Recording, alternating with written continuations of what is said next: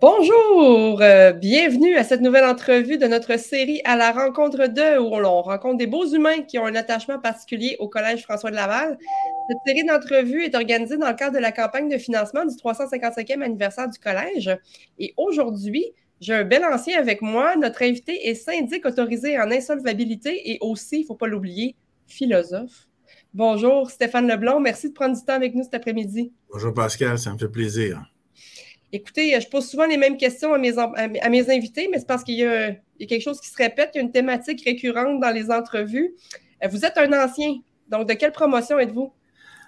Promotion 79 au secondaire, puis 81 au collégial, mais je ne me considère pas vraiment comme un ancien parce que je ne suis jamais vraiment parti, là. Je suis toujours resté proche, là. J'ai participé à peu près à toutes les activités de financement de la Fondation. J'ai été au conseil d'administration de la Fondation. J'en ai été le président avant Christian. Puis au conseil d'administration de l'école. Mes filles sont allées à l'école, au séminaire, au collège François de Laval. Mais tu sais, je ne suis jamais resté bien loin, là. Bien, je pense que c'est un petit peu le cas pour, en tout cas, beaucoup de personnes que j'ai interviewées, mais aussi de mes collègues et tout ça. Il y en a beaucoup que leurs enfants vont aussi au collège. Ceux qui sont restés à Québec, pour la plupart, envoient aussi leurs enfants au collège. Quelque chose de très particulier avec l'attachement qu'on a envers cette institution-là. Et c'est pour ça, je pense qu'il y a autant d'anciens qui s'impliquent et autant d'anciens qui donnent aussi dans le cadre des activités de financement. Je pose aussi les mêmes questions un petit peu, mais je pense que dans votre cas, ça va être particulier parce que vous m'avez indiqué certains éléments duquel on devait parler, puis effectivement, très intéressant. Je pose la question, de quelle façon est-ce que le collège a eu une influence sur votre développement et sur votre vie? Et quelles sont les leçons que vous en avez tirées? Une question très large, là. Oui. Premièrement, la façon que je suis arrivé au séminaire du Québec, à l'époque, on allait au séminaire, mon père il est arrivé à la fin de mon 6e année, puis il m'a dit, regarde, tu vas aller au séminaire de Québec, l'examen d'admission, c'est telle date, puis organise-toi pour le réussir.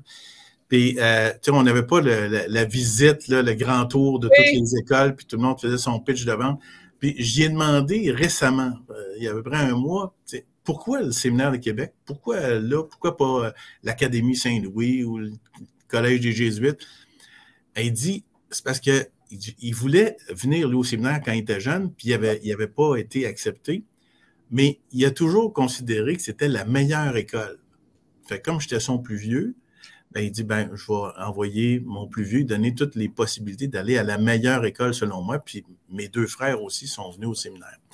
Mais de quelle façon ça m'a marqué?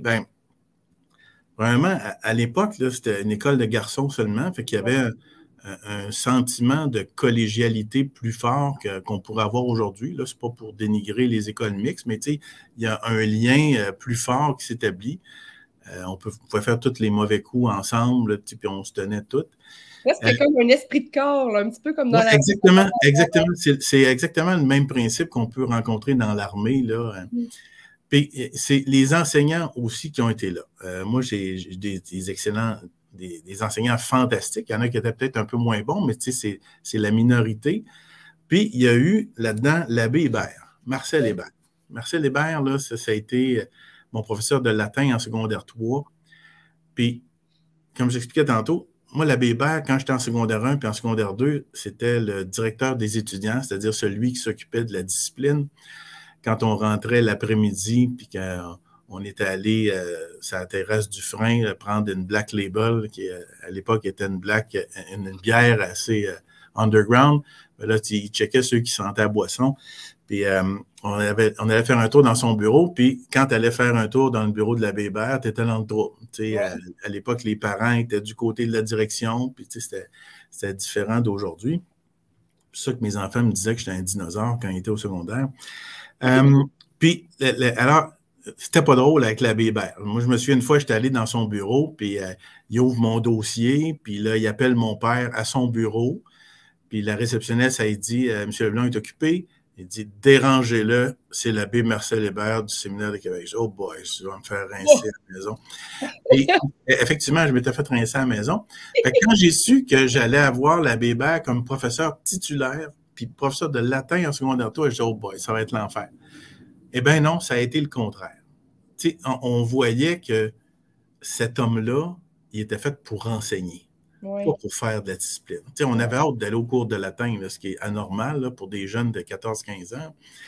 Mais, puis l'abbé Hébert, tu sais, c'est le genre d'enseignant qui marque une vie. Tu sais, la remarque bien placée, la main sur l'épaule qui donne au lieu de prendre.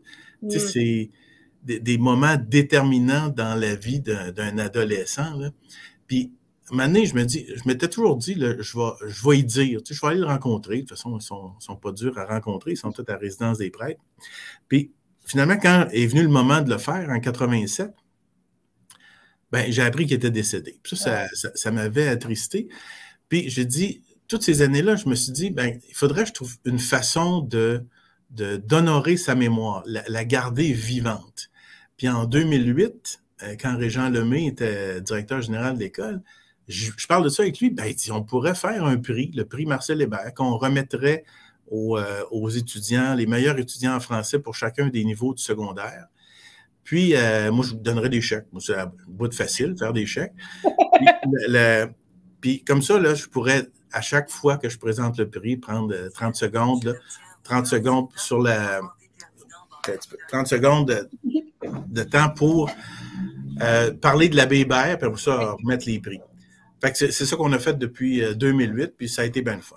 À tous les galas Méritas, dans le fond, c'est ça? Ben, sauf quand il y a une COVID, là, mais à part ça, là, c'est les galas Méritas. Depuis 2008, donc, ça fait quand même un bon petit bout de temps. Ça passe vite. Oui, ça passe vite. On vieillit. C'est ça qui arrive. Je voulais voir avec vous parce que je m'interroge et je ne suis sûrement pas la seule à s'interroger là-dessus. Parlez-moi donc de votre entreprise un petit peu. Qu'est-ce que ça fait dans la vie? Le syndic autorisé en insolvabilité qu'on appelait avant 2016 le syndic de faillite, c'est quelqu'un qui aide les gens. Okay? Dans le fond, là, les gens qui ont des problèmes de dette, qui les empêchent de fonctionner, là, ben, nous autres, on leur fournit puis on met en place différentes solutions pour régler leurs problèmes de dette. Ça peut être une faillite dans les cas les plus extrêmes. Puis ça peut être une proposition de consommateur, c'est-à-dire une offre qui est faite aux créanciers. Puis les créanciers sont invités à voter là-dessus. Puis la plupart du temps, ça fonctionne. Puis évidemment, il y a les entreprises aussi. On offre ce même service-là pour les entreprises, que ce soit pour la faillite ou l'insolvabilité. Puis tu sais, je pratique pas de la même façon aujourd'hui que je pratique il y a 30 ans, d'où l'aspect philosophe là, de ma profession. Oui. Mané vient que tu comprends mieux la nature des gens, tu es en mesure de voir de quelle façon tu vas pouvoir les convaincre que c'est telle solution qui est la meilleure pour eux. Là. Oui. Alors, ça rend plus agréable cet exercice-là, qui pour bien des personnes peut être assez traumatisant. C'est ça, oui, exact. On a en plus un contexte économique qui n'est pas évident. Le taux d'endettement est élevé chez les gens en général, puis les finances, c'est dur et sur les couples, et sur les familles, et sur la psychologie. Ouais, définitivement. Oui. Donc, service très utile. Votre compagnie s'appelle comment? C'est Leblond et Associés. Leblond et Associés. Oui, depuis 1977, ça existe. Bon, que vous n'avez pas été le premier Leblond, j'imagine? Non. Mon père a fondé l'entreprise avec un autre associé qui a pris sa retraite en 2002. Moi, j'ai racheté mon père en 2007.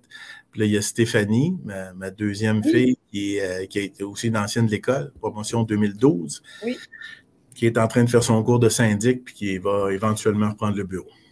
Donc, une affaire de famille, pas juste étudier au petit séminaire ou au collège, mais aussi une affaire de famille en entrepreneuriat. C'est ça, effectivement. Ben, elle va apporter sa couleur comme j'ai apporté la mienne à l'entreprise. C'est comme ça qu'on évolue. Exact. C'est la même chose. Les générations d'étudiants qui passent au petit séminaire, les générations d'enseignants qui passent au collège, tout le monde met un petit peu de sa couleur, sa teinte, ça fait un drapeau, une mosaïque plus vivante, plus riche. Merci beaucoup d'avoir pris du temps avec nous ce matin. J'invite tous les anciens qui nous écoutent présentement ou qui vont écouter la vidéo en différé à faire un don. Il n'y a vraiment pas de petits dons. Il y a aussi toutes sortes de possibilités pour contribuer à la mission du collège. Ça peut être des dons financiers, ça peut être des dons posthumes aussi. S'il y a des gens qui voudraient léguer ou faire un leg, il y a moyen aussi d'organiser quelque chose avec la fondation pour peut-être faire un leg posthume. Il y a toutes sortes de choses qu'on peut organiser. On peut même faire une remise de prix spéciale pour rendre hommage à quelqu'un. Donc, ceux qui seraient intéressés peut-être à suivre l'exemple de Stéphane, tout simplement communiquer avec Véronique Hébert de la Fondation, puis peut-être qu'on pourra mettre d'autres prix pour d'autres étudiants extraordinaires en place pour l'avenir. Donc, je vais mettre les liens pour partager, je vais partager les liens, pardon, pour donner en ligne, faire un don. Sinon, appelez à la fondation du collège, puis simplement remettre vos coordonnées à Véronique, puis contribuer à la mission du collège. C'est véritablement une histoire d'amour que le collège a pour les jeunes, pour les développer. Et je pense qu'on s'identifie tous un peu à votre histoire. On a tous eu des professeurs très marquants. Vous l'avez dit tout à l'heure, l'adolescence, c'est le moment où on apprend à se connaître, on apprend à se définir, on veut devenir quelqu'un. Et vous l'avez dit aussi tantôt quand on s'est parlé juste avant l'entrevue, des fois, c'est des remarques qui ne sont pas très plaisantes à entendre. Oui. Un de mes chums qui avait eu une remarque poche à un moment donné d'un enseignant, puis ça a fait son chemin, puis à un moment donné, il s'est dit, c'est vrai, si je ne me déniaise pas, là, je ne ferai jamais rien dans la vie. Puis ça a été tout ce qu'il a fallu pour qu'il change sa vie de bord, puis qu'il fasse de quoi dans la vie. Exact. Donc, l'influence est énorme de la part des professeurs dans le développement de vos enfants et de vos jeunes. Oui. Puis les dons à titre posthume dont tu parlais tantôt, c'est bon, ça, parce que ça nous prive de rien. Fait que, si vous envisagez de mourir un jour, là, appelez Véronique, elle va vous organiser ça. Exact. Je pense qu'on a un petit peu... On n'est pas encore immortel, hein? Non, c'est ça. Merci beaucoup. Bonne fin de journée à tout le monde. Et merci d'avoir pris du temps. Et on se revoit pour une future entrevue aussi. Je les programme d'avance, donc restez à l'affût sur la page de la Fondation sur LinkedIn. C'est là que c'est le plus facile de voir les prochaines entrevues. Merci. Parfait.